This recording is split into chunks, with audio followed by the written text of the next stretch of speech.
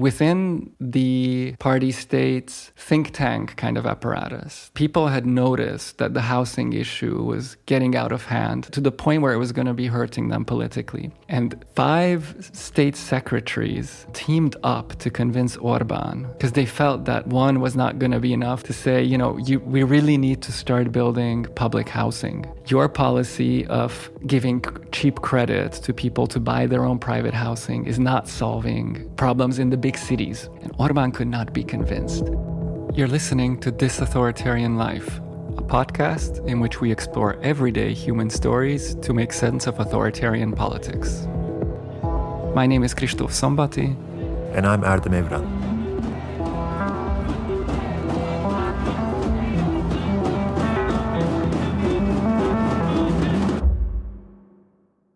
So welcome back to This Authoritarian Life. Today we're gonna talk about the upcoming Hungarian elections, which will be held on April 12th. Already internationally there seems to be quite some interest and attention. Already many commentators, many analysts are asking if this will be the end of the Orbán era, if the opposition is strong enough to bring an end to the authoritarian regime in Hungary. And to discuss this, we have no one other than our very Kristóf Szombati, the co-host of this podcast.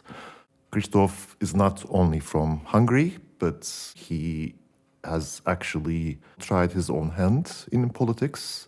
Some time ago, he was one of the founders of the Radical Green Party in Hungary. And then he left party politics, at least, did this wonderful research, this ethnographic research, and wrote a book on the Fidesz's power in rural Hungary. We talked all about this in the very first episode of this podcast, but here today we'll hear more about the contemporary developments that are going on in Hungary. So, Kristóf, you're in Budapest quite recently, so shall we start with what you saw, what you smelled, what you sensed? What is the general atmosphere at the moment in Hungary? Yeah, I think, so given that I'm living in Berlin in the last 3 years, it's not that I never travel to Budapest, but when you're a bit further away, you do tend to kind of lose a sense for exactly what the atmosphere is like. And so I went back about 10 days ago, and I'll be back after the elections. And yeah, I think one of the key takeaways is how tense the atmosphere is. And it's almost like a fog of war has descended over. Well, this time I was only in Budapest. I couldn't go to my research sites, but I did talk to people who are in the countryside now campaigning. Mm-hmm. But at least in Budapest, where Fidesz has really lost a lot of traction, they are only about at 20% in opinion polls in this big city. You really do feel the turning of the tide. So there's lots of expectation, and there's a very big majority supporting the oppositional new party, TISA. Mm-hmm. But at the same time, given that this crowd, the oppositional crowd, has hoped already 4 times actually, to unseat Fidesz, and every time I remember, I was still living there, that this is going to be it, right? That this time it's going to work out, and every time Fidesz won with a 2/3 majority. Mm-hmm. Well, I guess this really does put a brake on hope. So you have this weird. That's why I think it's very tense, because people naturally are hopeful, but they don't dare to give too much space to that hope. And you see that everywhere. You go and everyone you talk to, and really this is also the first time that politics is on everyone's minds. I feel even my apolitical friends, acquaintances have been drawn into its orbit. Mm-hmm. And the polls show this. Pollsters say that it will be the highest turnout for a very long time. Some say close to 80%, wow. Which, okay. The weird thing is that in so-called, liberal democracies, all the talk is about, for example, after the French municipal elections now, voters just disconnecting. And here you have a semi-autocratic, autocratizing regime in which a vast majority feels that they want to express their opinion and be part of the decision about which way the country goes. This is really interesting, actually. But just that we have an idea, can you tell us, like, what these elections are about? Like, who are the main actors? Who are the main kind of elements of the opposition, so to speak? Or, like, who are the candidates? Can you just tell us about how the elections will work? Yeah, sure. And let me go back to very briefly to the previous ones, that one of the issues with the opposition during the last efforts to unseat the hegemonic party Fidesz, Orbán's party. Exactly. Was that the opposition was vastly divided. Or even if most of its parties were cooperating, it wasn't clear who was leading, what the program, what they wanted to do with the country. So even when there was a semblance of unity, as last time in 2022, it fell apart, and people couldn't believe in it. You couldn't see that group leading the country, really. This time it's very different. So there is this guy called Péter Magyar. Already his name is evocative. It means Peter the Hungarian.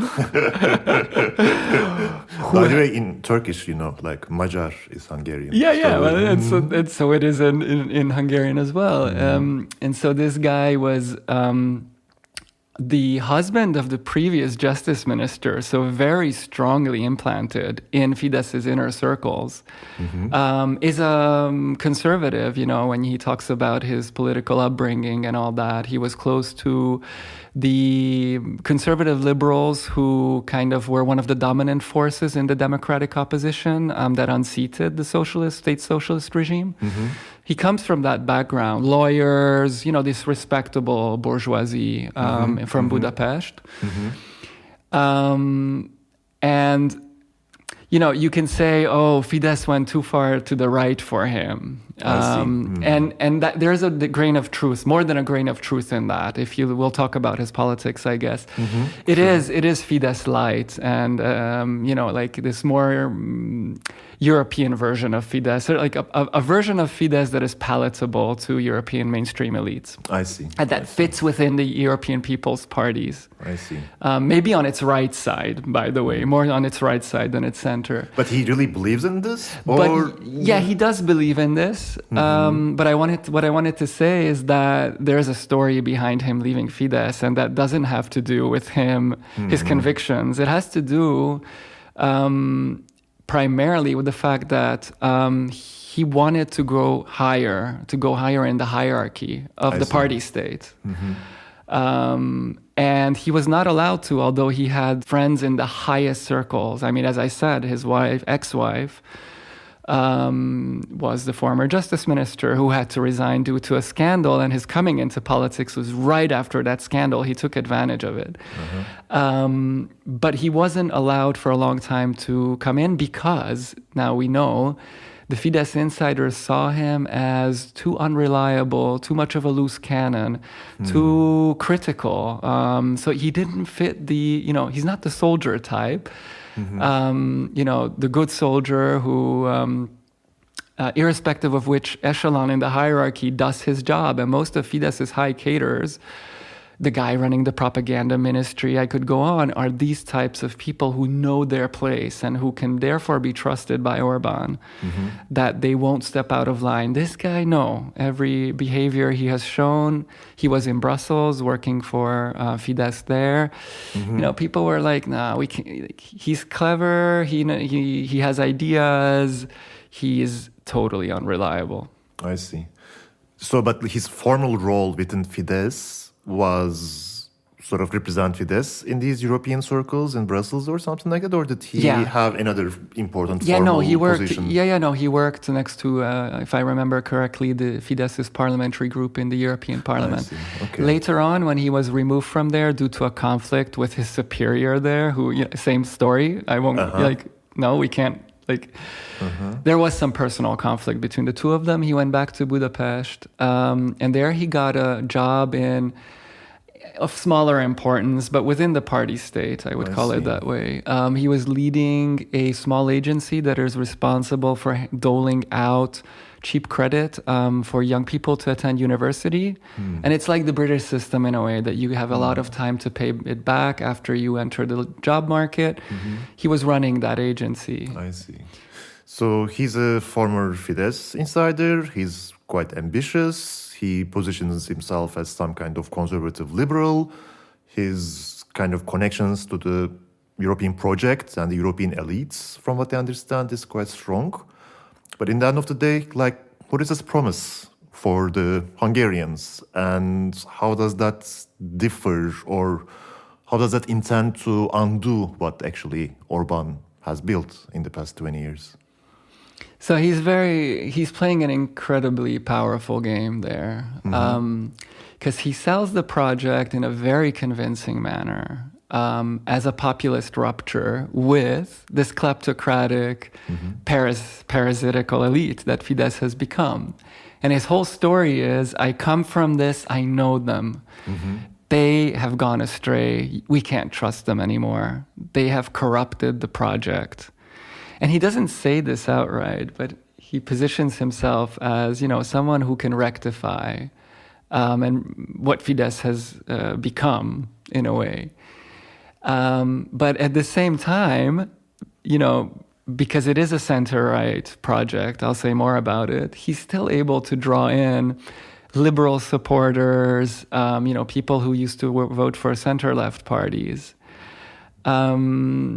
Why? Because these people really only want one thing now, and that is to get rid of Orbán. So he's able to play that game very well. And on the surface, it looks like a politics of rupture. He's calling it regime change.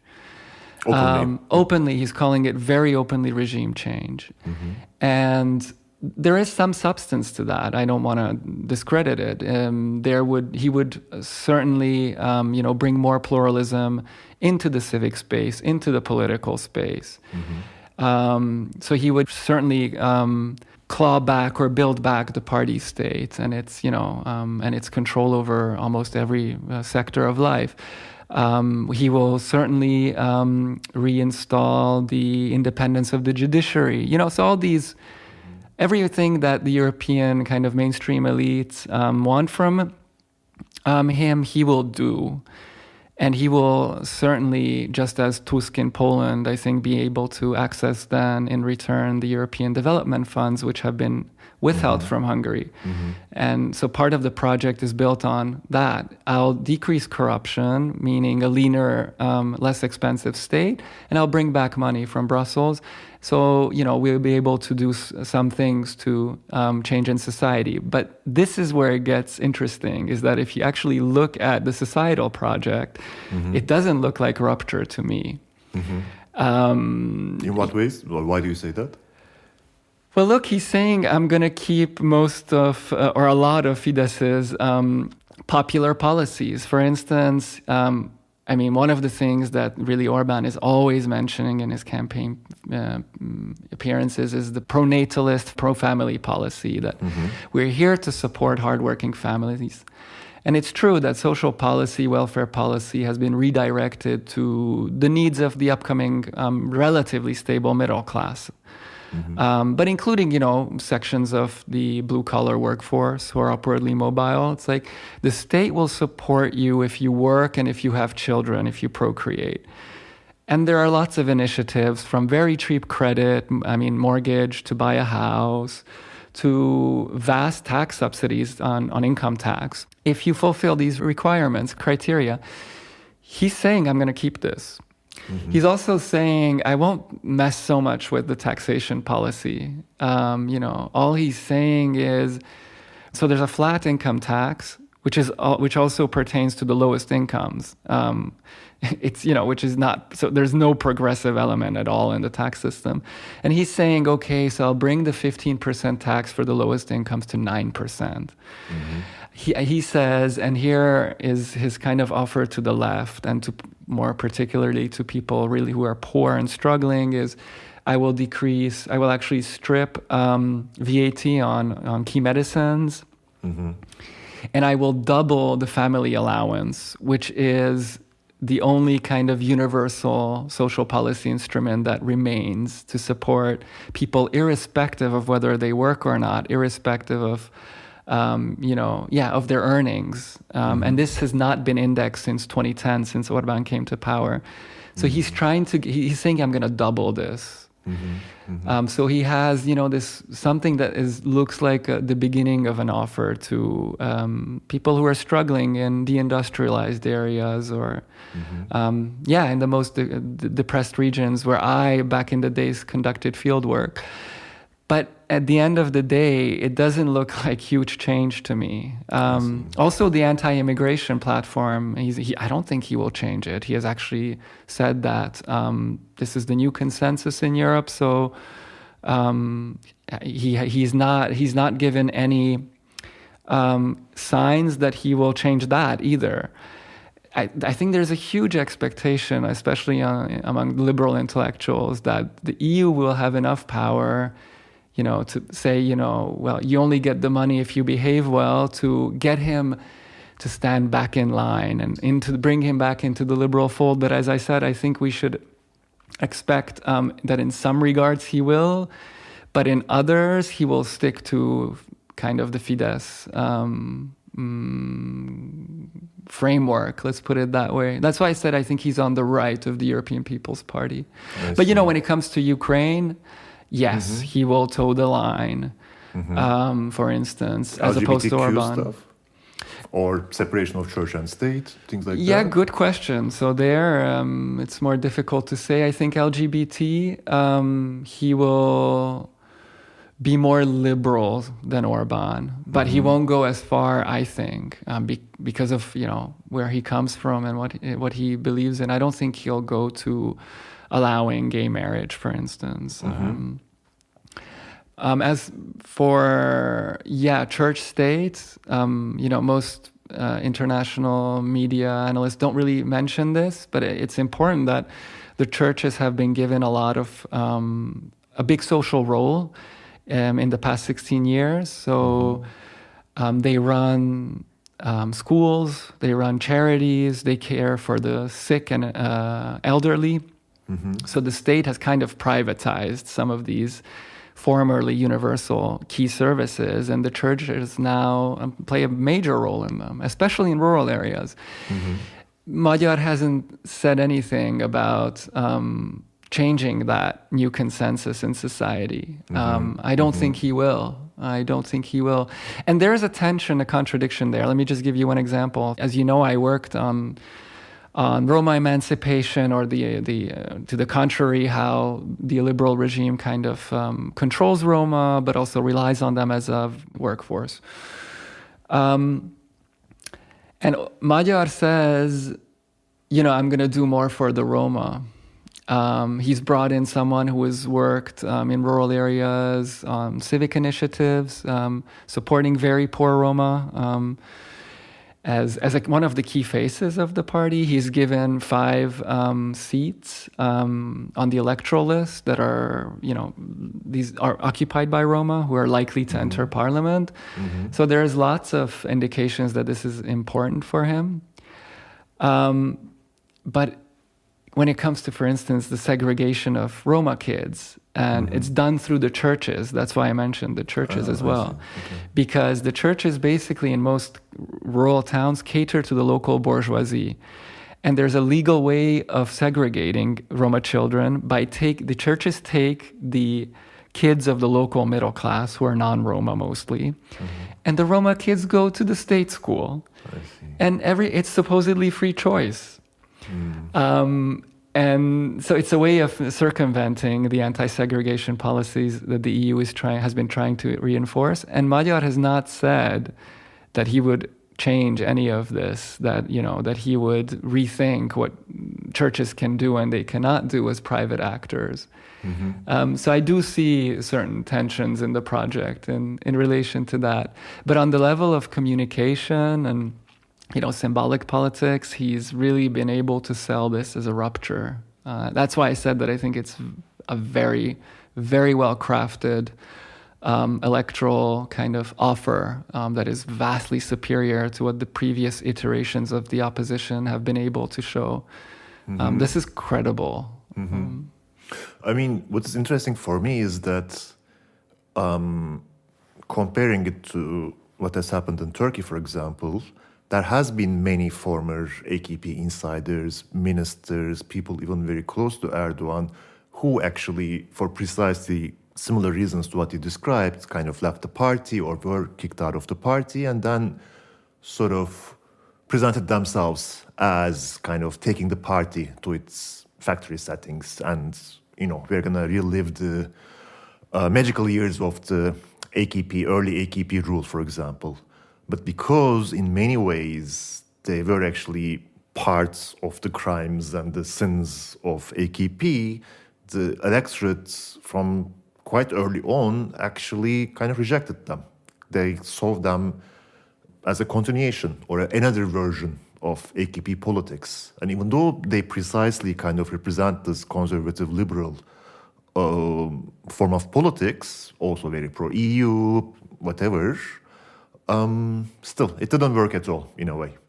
But let me just jump in just very briefly on this, because I think, you're raising an important point about why does his story work? Why do even people who are on the center-left vote for him?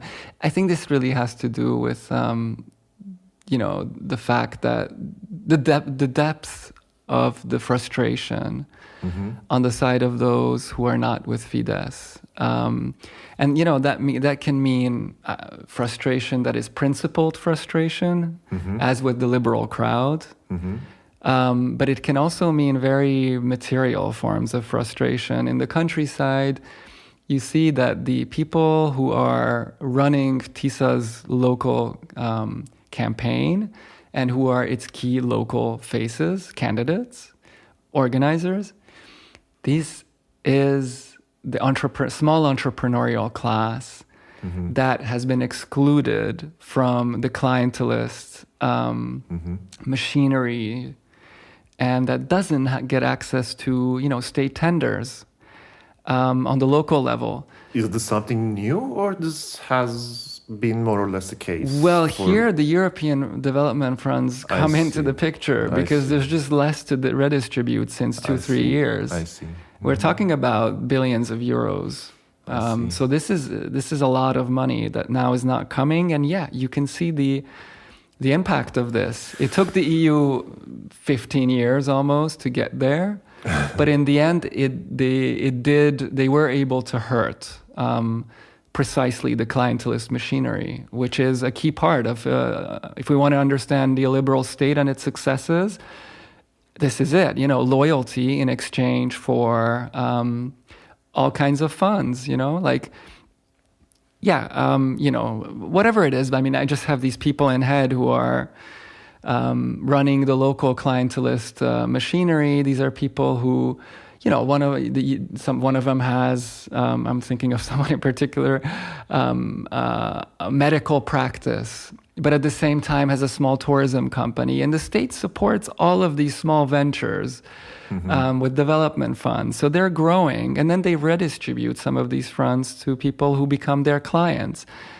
So it's really this logic, this system connects the state to local areas. It also connects diverging social classes. I think that's why it is important also when we think about how this works, that clientelism really, even when you have, like a vastly growing inequalities, you think, how can a society function that way? Well, clientelism is one of the answers. It connects divergent social classes, the state, as I said.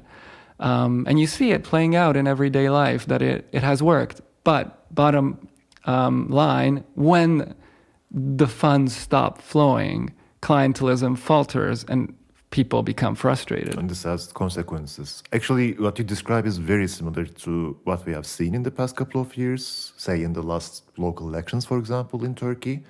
Precisely now, not because of the EU funds or the lack thereof, but because the economy is doing so bad since quite a long time, because of the depreciation of lira, for example.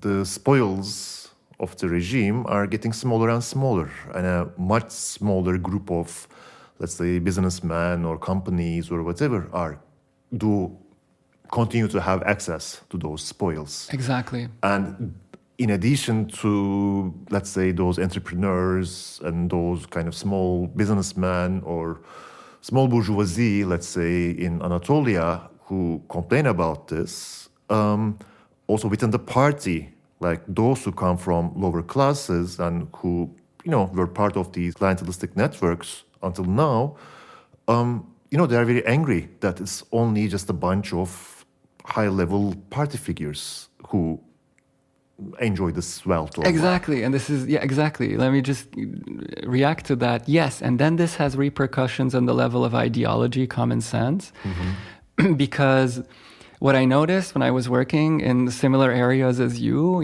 talking to everyday people, be they workers, small entrepreneurs, but, part of the local, community and embedded in it, they did not mind, this vast enrichment of oligarchs. They did not mind, but only until, now I see in retrospect, only until they had a bit more opportunity, a bit more money in their pockets, so a bit more consumer power. When that stopped, that's when they started seeing the enrichment, the oligarchy as a problem. That's when this whole discourse about oligarchy and corruption could really pick up and, and garner attention. Until then, it's not that the discourse was missing, that critique was missing. It didn't land with people because they didn't mind so much. And I'm sure my informants also had these classic sentences that I kept hearing, like, it's not my business, what's happening up there. They give you the Turkish version of it. Well, they steal, but still, they deliver service. Exactly. It is one kind of thing that you used to hear quite a lot, actually, but I would say not anymore, or not that often. Exactly. I think that's important to keep in mind when we are trying to think how a system like this, that is very cleverly built up and well-structured, can start eroding. Also, one other thing is, after Turkey, for example, switched to this presidential system, one of the complaints is that, whereas before you could have, dealt with local party officials and, mayors or local MPs, you could go them and they would kind of be the middlemen in the system of clientelism, basically. But since some time, the complaint is that because the system is so centralized that actually even the MPs don't matter. They don't even have enough power to even kind of, make some promises about this or that to these people. Yeah. Let me come to Orbán on this, because it's exactly what I wanted to say, that there's recently, again, someone unearthed this story, a journalist, that within the party state's think tank kind of apparatus, people had noticed that the housing issue was getting out of hand, that it was to the point where it was going to be hurting them politically. And 5 state secretaries teamed up to convince Orbán, because they felt that 1 was not going to be enough, 2 were not going to be enough, 5 needed to go, to say, we really need to start building public housing. Your policy of giving cheap credit to people to buy their own private housing is not solving problems in the big cities, where most of the economic activity is happening. And Orbán could not be convinced. No? He could not be convinced. He said, I know better. And that really also shows, that the centralization of the system, and it's becoming, it became more and more centralized as the years progressed. Also, there's this sealing off effect, which most analysts, including myself, were questioning, whether we can speak of a sealing off effect of the leader like Putin, showing clear signs that he's just disconnected from everyday reality, and there's certain people mediating reality to him. I always had the feeling that Orbán is beyond that. He's, he has the potential, the capacity to remain in touch, at least with his basis, social reality or realities, and that has really changed. And this campaign has shown it. He's vastly underperforming as a speaker. He's just 3 days ago.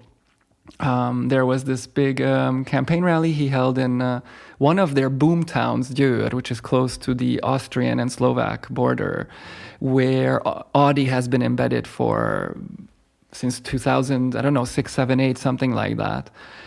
One of the motors of reindustrialization and the economic model that both his predecessors and him have been carrying, that's we are a manufacturing hub, right? And he's standing in front of the crowd, and there are these protesters chanting, dirty Fidesz, we've had enough of you, and all that. And he lost it. He started shouting at them and calling them, the supporters of Ukraine, saying, what you want is to take Hungarians' money and give it to Zelensky, shame on you. We're better than that. And I've never observed him ever losing it that way. So you can see that he's rattled, that this campaign has not worked also for them. And there are many, many signs of that, and small, indications that there's a capillary erosion of this, something that really looked like a unitary soldierly bloc. That was the whole, the party with its militants and supporters. Nothing can get in between us. I mean, that is cracking. Let's come to the campaign then, and actually, all these small or big scandals that are being discussed in the international media. This documentary came out. So can you tell us, what are the, main issues at the moment during this campaign phase? And also, I guess, there's a geopolitical aspect of all this in certain ways. There is kind of an aspect where there are indications that even the civil bureaucracy that is part of this party state is unraveling, kind of coming clean in a way. So can you tell us, what's happening in this campaign? I mean, every day there's a story coming out now that rocks kind of public opinion. We are very close. We're 12 days from the election. 13, sorry. So it's really like the last moment to make, big impressions, to come out with a big story. And yeah, one of the things you see is that Hungary has become a geopolitical battleground. The way you see that is that it's clear that all kinds of secret services are now spilling information. And actually the Western secret services are also involved here. They've been spilling information to an investigative journalist who unearthed this story that has made, I think, a big impact in international media about Hungary's foreign minister, Péter Magyar, informing Sergei Lavrov, Russia's foreign minister, about, what is being discussed at key European meetings at the highest level. He couldn't have gotten this info. It's clear from the story. I don't want to go into the details. That, yeah, of course. But it's very clear that the Western European Intelligence Agency is, tracking this, listening to them, and leaks that to an investigative journalist. It shows the degree to which Orbán is now really treated as a problem in the EU. For a long time, they could go around him and find ways, but he's really becoming intransigent in the last years, and especially in the last months, with this big loan to Ukraine that he's stalling, where he promised. He was always very clever at playing the game, at, knowing when to step back. He always knew when he'd reached the wall. And this time, he's really insisting, and it's causing major problems.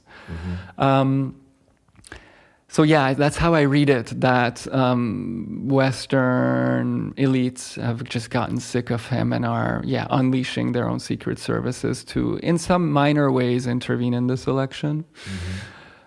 But so is Russia. And I wanted to say, but what's also very visible is that Putin has stepped behind his friend, seeing that he's at his most vulnerable, at his weakest moment. The team that tried to sway the Moldova election was sent to Hungary to set up a vast network of bots and trolls. And it's interesting that Fidesz's campaign strategy is they read their weakness as primarily being in the digital space, that they're not good enough in the digital space. And so they brought the Russians in to help them do that because the Russians are pretty good at that. So you have posts that go viral that are just, I've never seen this before. I mean, it's not a surprise to many of our listeners, but it's really an alternative reality that they're producing on social media, stories that have absolutely no basis in reality about Ukraine wanting to sway the election. And, they caught this transport of money money has been transported from Western Europe, Vienna to Kiev through Hungary to help Ukraine. It's gold, it's cash, whatever it is. And so, this has been going on for years, and now they caught one of these transports and, supposedly unmasked money that was intended for the Hungarian opposition, TISA. Then they let them go. There's absolutely no basis to the story. It's very clear. And then the Russian bots and they circulate these stories with fake videos also on social media, trying to persuade voters that Ukraine is the biggest threat now. And Orbán has built this campaign on Ukraine as the main threat. We had this former, campaign where George Soros was. Exactly, I was going to say. 2018. And do you think it could work? Or do you think this is really... It seems this is their... It's just disconnected from... It seems very disconnected from everyday people's reality and needs.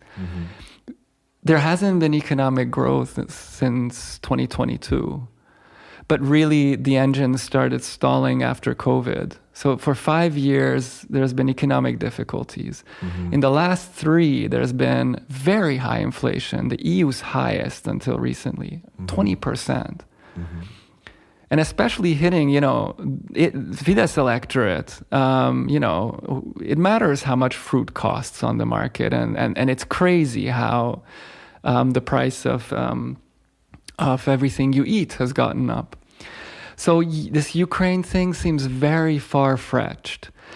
At the same time, I do see that there are people who are now living such isolated lives, and especially elderly people, that this isolation allows for propaganda to sell crazy shit. I mean, to put it that way, sorry. Stories like, Ukraine wants to topple Orbán. That's basically the story, that Ukraine is intervening in this election. And, of course, Zelensky's fed up with Orbán, no doubt about that. But they know, the Ukrainians know better than to do this, because it would, if they really did intervene, in very obvious ways and in a big way, let's put it that way, that would be unmasked, and they know it would help Fidesz, which they don't want. So I'm not trying to say that that Ukraine is not in some way also trying to somewhat, meddle and leak some info and do things. But this story that Orbán is trying to sell, that Ukraine is now the biggest enemy of Hungary and the biggest threat, whereas earlier it was Soros and then it was the European Commission. It sounds weird. Let's put it that way. And this time it's not really. It's not. Working. So when you go to Fidesz's campaign rallies and you listen to what people are saying, everyday people, that crowd, the crowd of believers are the closest supporters. They do buy this, and when journalists ask them about Ukraine, and it's clear that they have bought the narrative. But outside that group, which is important to win an election, but they've lost enough support that they need to look beyond their core base now. There, I think it's the opposition campaign, which focuses exactly on public services, on changing things in your life, is just working better. Even though, as I said, parentheses, I don't think the change that Magyar is promising will be as big as it seems now. Let's come to that. I mean, first of all, for our listeners, what will you be voting for on April 12th? So it will be a presidential election, but at the same time, it will be a parliamentary election, right? No, it's not a presidential system. Okay. There is a president, but the president is elected by the parliament. Okay. Mm-hmm. It's a parliamentary election. So we'll be voting for MPs who will then vote on the prime minister. And yeah, I guess it's important to say that it's a mixed system in which you have two votes. So you vote for a party list and you vote for also a local MP candidate. And that's how the parliament is 199 people. And about half of it comes from party lists and the rest from electoral districts. What's important, very briefly on this, is that Fidesz has gerrymandered the electoral districts to its advantage. So the opposition really needs to, let's say, get at least 3-4% more on the party list vote in order to compensate Fidesz's advantages in the electoral districts. And the second thing we need to mention is that ethnic Hungarians living abroad in Transylvania, so current-day Romania and other places, also get to vote for party lists, and that their votes are very difficult to control because they're sent in by mail, but there are intermediaries in these neighboring countries who are very close to Fidesz. So it's very hard to check whether some oppositional votes were discarded, as some reports have suggested. And also Orbán has done a lot for these people by granting them Hungarian citizenship. So they really are, and there's a huge clientelist machinery in Transylvania. The Hungarian state is, again, bringing in development funds. So there's lots of organic support as well. I think their numbers would make a difference. And these votes matter. We're talking about 400,000, 500,000 in a country of, there are 7 million voters. That matters. That matters. And the last thing is, you've yourself, I think, mentioned this new documentary about vote buying or intimidation of voters. So there are about 200,000, 300,000, 400,000 people in Hungary who are very vulnerable. Some of them are Roma. They, as I said, are at the bottom of this clientelist system, which exposes them to, electoral intimidation or efforts to buy their vote. And there's a good reason why they go for this. I mean, it's people in whose lives it matters whether, they can buy food on that day for their kids, extra food. They don't expect their conditions to change drastically. They probably haven't seen, at least until now, oppositional candidates in their, in the places where they live. They're dependent on the local mayor and on the local doctor for medicine, for work. So it's basically dependency that is being exploited by Fidesz.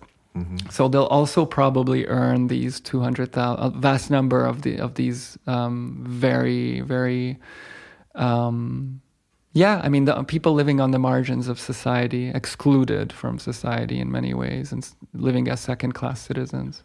So this is what I'm understanding. So the very bottom, like the very marginalized, let's say the underclass, they may still vote for Orbán or Fidesz. It's possible because they are very reliant at the survival level on these clientelistic networks. The middle kind of level, let's say small bourgeoisie or landowners or businessmen or women or etc., they are kind of alienated because, the coffers are empty and they are not receiving the kind of economic support that they used to receive from the regime. But what about the very top, like let's say the big bourgeoisie or owners of big companies or etc.? So back to this middle strata briefly. Some of them are disgruntled. Some of them are still with Fidesz. There are still people who do keep receiving these funds through the clientelist networks. And there's a difference between urban and rural areas, probably. In that sense? This is mostly rural areas where the clientelist machinery is the most important.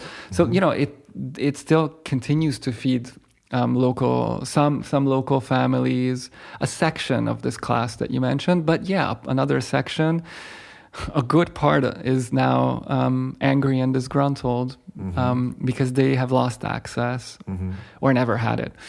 About the big cities and the bourgeoisie living in the big cities, well, Fidesz has lost massively ground in this electorate. In the beginning, in the 2010s, it was still very well implanted there because this group was so disgruntled with the previous left liberal kind of project, which massively failed. There was a huge economic crisis. There was a political crisis that Orbán could step into, and his project was credible in the beginning, but I think for them he really went too far to the right.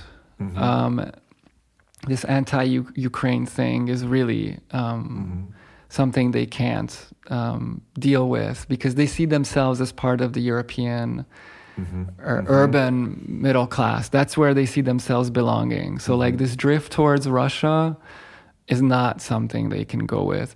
And already earlier, some of the anti-LGBT rhetoric was too much for them. I think for some, the anti-immigration thing was a bit too much already. So here we're not talking about economic discontents, but just, how they see themselves and cultural, and status. And these people travel to Western Europe and then they find themselves having to explain that they come from Hungary and to their friends. And so it's uncomfortable. And it's these kinds of things. And then there are other sections in the cities who are not so well off. I think they're really impacted by the decay of public services, and that's really weighing on them. When the trains are always late, when you really can't trust your local hospital anymore, you see people dying. And, in COVID, Hungary had, I think, the third highest number of deaths per ratio of death in Europe. They could see how dysfunctional the hospital system was. And I could go on about public services. It's very clear to this group that Fidesz has governed in a way that hurts them, hurts social solidarity that they are also reliant on because they don't necessarily have money to go to a private doctor, or they don't want to go to a private doctor for every little thing they have. Let's put it that way. Okay. So on too many fronts, Fidesz has now lost too many people, support. So the opposition is leading by 10 to 15 points, according to the latest polls. I know most Hungarians who are against Orbán are kind of careful about not voicing their optimism, voicing their hopes, if you like, because they don't want to jinx it and they don't want to get so disappointed as they did in the past elections. But let's assume that Orbán loses and the opposition wins. So what should we expect? What should we expect when it comes to the opposition camp, which we talked about a bit? But then, basic things like what will happen to Orbán and what would happen to the party machine of Fidesz. Will they be held accountable, for example? Yeah, here we're getting to murky ground. Because I think all of us who are looking at this only have intuition about this. We also don't know who will win this election, right? Like I'm giving the impression that I'm not trying to jinx it, Kristóf. It's just that, it looks to me, just not to avoid that question, that that the opposition has the upper hand right now. Mm-hmm. But let's see what everything I talked about on the other side will do to rebalance that. But yeah, to answer your other question about what could come. Yeah, I was thinking about this. I think that Orbán doesn't have to flee the country. It's not Yanukovych style. Mm-hmm. Because he has carefully avoided acting overtly as an autocrat. There are elections, Mm-hmm. which he may concede. Let's see, but I would think that he would concede, Mm-hmm. Unless the result is very close. Mm-hmm. If he relinquishes power, I would expect him to be able to stay in the country. However, the opposition and the new government will go after some of his people. I don't think they will go after him or the 3, 4, 5 most important people in Fidesz. I think they would like to avoid a civil war. Or maybe I'm slightly exaggerating, but an even stronger polarization of the country. They're really trying to unite on a national populist platform, the country again. Mm-hmm. So I think they would try to avoid going after the top dogs. You see why, that not to polarize too much. And so I do expect, the judiciary to look into certain affairs. Mm-hmm. It's going to be tricky because these are, the Fidesz guys come out of law school. Mm-hmm. They are very good at the legal game. And most of the things, the vast majority of what they've done has been legal. Mm-hmm. So I think it will be very difficult, but I'm sure the new government will find some, scapegoats that they can go after to also, give what their supporters want, which is justice, and so I think it'll be that kind of game. But the big question is I think the bigger question is about the party state. Will it survive as a deep state? Because Fidesz controls key positions in the political system. They have brought in judges, so they've also, already infiltrated and changed the judiciary, the state prosecution, the constitutional court, the budgetary office, so key institutions. Intelligence services? The intelligence services. So I think the big question is what will happen to this, and here my sense is that it really depends a lot on by how much the opposition wins, if it wins. Mm-hmm. A small margin would leave that intact, and Orbán could hope to come back in 4 years. I see. Ride out, these 4 years. They have enough money. They have plenty of money that they have amassed also abroad. So no problem to feed the people who are occupying key positions in this shadow state. They will probably be able to keep some of their people in power. In these positions, because they can only be removed with a 2/3 majority. So it would be very difficult to get rid of the state prosecutor, for instance. I see. However, if the margin of victory is larger, they may try. Then I think there will be the Fidesz camp will erode. Then many people will jump off that boat, because it will be more risky to stay on it. Mm-hmm. Mm-hmm. So then it could crumble. It's already showing some small signs of fissure. So, there are people, we can see that the security services, as you suggested, are not happy. There have been whistleblowers coming out with stories. The latest one, let me name it, is that someone who was working as a police investigator in a high position came out after quitting his job, saying that the secret services that tried to infiltrate the TISA party's digital infrastructure in view of crippling the campaign and the party. Mm-hmm. So he spoke about that. It seemed quite credible. He doesn't have, all persuasive evidence, but it seemed quite credible that this indeed was there was such a Secret Service maneuver. The fact that this guy is coming out and talking means that there's people around him who agree with him and support him. He would not do it otherwise. In case the opposition wins big, which means, above, I would say, 58% of the mandate, something like that, around that, like a clear win, which means, in the popular vote, an even bigger win, right? Because of this gerrymandering and all that. I think people will jump ship. And as for Orbán's personal fate, right now it seems to me, this is something I didn't think before, that even a small defeat could land him outside the party presidency. So he may have to take the fall.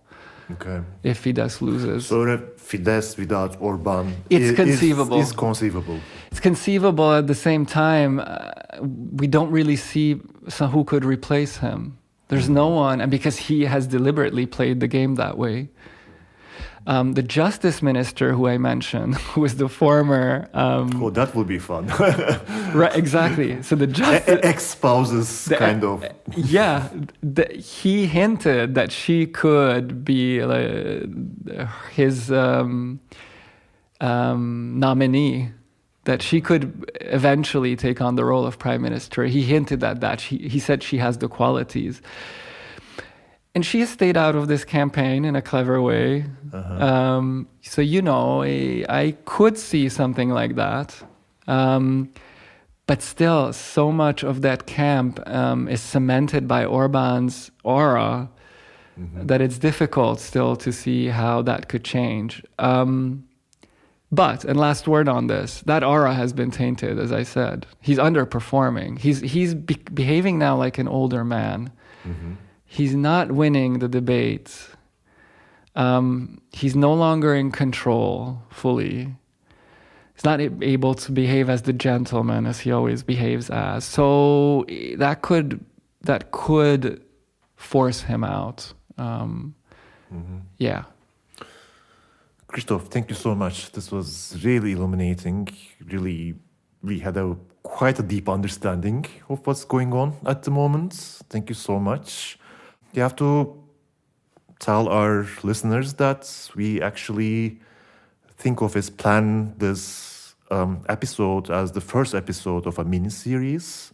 So we'll have probably 2 more episodes on the Hungarian elections. Next one will be after the elections, and Kristóf will simply have a conversation with an observer, analyst, academic from Hungary. So that's it from us for today. Thanks for listening. Goodbye. We would also like to thank our contributors: music and mastering, Shai Levi; artwork and graphics, Polina Georgescu; editing, Vera Jónás; and our in-house communications advisor, Anna Szilágyi.